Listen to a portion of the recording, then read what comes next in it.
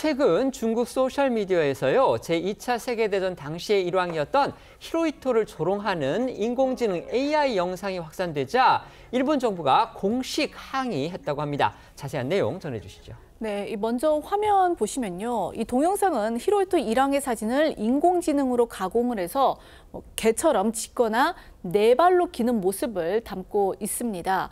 이 영상이 최근 중국 소셜미디어에서 확산이 되고 있는 건데요.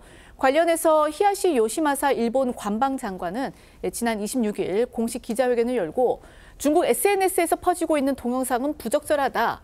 일중 관계에 미치는 악영향을 고려해서 신속하게 적당한 조치를 취할 것을 요구했다. 이렇게 밝혔습니다. 이에 이날 저녁 기준으로 이 문제의 영상들 일부는 삭제가 됐지만요. 아직 시청이 가능한 영상도 남아 있습니다. 이 한 중일 관계 소식통은요, 이 베이징의 주중 일본 대사관도 중국 정부에게 적절한 대응을 요구했다. 이렇게 전했습니다. 최근 들어 중국과 일본 다음 달 3일 베이징에서 열리는 이 중국의 이른바 항일 전쟁 승리 80주년 기념 대규모 열병식, 이걸 앞두고서도 신경전을 벌이고 있는 상황이었습니다. 그렇습니다. 이 일본이 주변국의 중국의 전승절 80주년 행사에 불참을 요구한 것이 알려지면서 신경전이 시작이 됐습니다. 앞서 이 교도통신은요, 일본 정부가 중국의 전승절 행사가 이 반일 색채가 짙다는 이유로 이 각국 정상들에게 행사 참석 여부를 신중히 판단해달라고 요청했다고 보도했는데요. 이에 중국은 일본의 전승절 참석 자제 요청을 문제 삼으며 이 양국의 외교 갈등이 격화하고 있습니다. 이 같은 갈등 상황에서 일본이 일왕 딥페이크 영상과 관련해 강한 이의를 제기한 겁니다.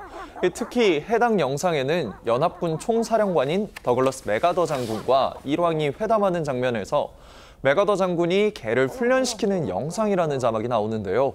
또 도쿄에서 재판받지 않은 중국 침략의 주범 쇼와를 핵전쟁으로 만든 전범 등 제2차 세계대전 뒤 히로히토 일왕이 전범으로 기소되지 않은 점을 겨냥하는 문구가 나오기도 합니다.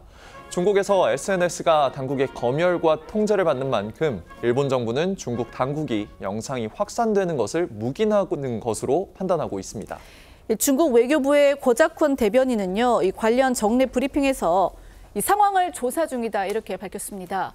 이어 일본이 주변국의 이 전승절 불참 요청을 한 것에 대해서는 일본이 진정으로 역사 문제의 전환점을 맞이하고자 한다면 이 과거 침략 역사를 솔직하게 직시하고 반성해야 한다. 중국과 피해국 국민의 감정을 진심으로 존중해야 한다라고 말했습니다. 고 대변인은요, 또 이 일본에 엄중한 교섭을 제기했다 이렇게 밝히기도 했습니다. 중국의 다음 달 3일 전승절 행사를 앞두고서 지금 저렇게 일본과 중국 간의 신경전이 지금 높아지고 있는 이런 상황입니다. 그런 가운데서 아까 저희가 프로그램 첫머리에 키워드를 통해서 말씀을 드렸습니다. 북한 김정은이 중국의 초청에 응해서 그 전승절 행사에 참여하겠다, 이렇게 지금 북중 양측이 발표를 했고요.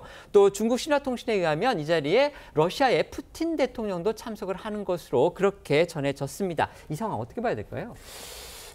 사실은 일부 네티즌들이 이런 문제와 관련해서 딥페이크 영상을 만들어서 유포시키고 하는 거를 보통의 국가라면 사실 막을 방법은 별로 없습니다. 그렇죠? 근데 이제 일본이 항의하는 부분도 당연히 일리가 있는 것이 중국은 이런 SNS를 통제하고 검열하고 이런 나라거든요. 그렇죠. 그러니까 그게 광범위하게 유포되고 있다는 얘기는 통제와 검열을 하지 않는다는 얘기가 되기 때문에 방치하고 있다는 얘기가 되는 것이기 때문에 이제 일본이 충분히 항의할 근거가 있는 거죠.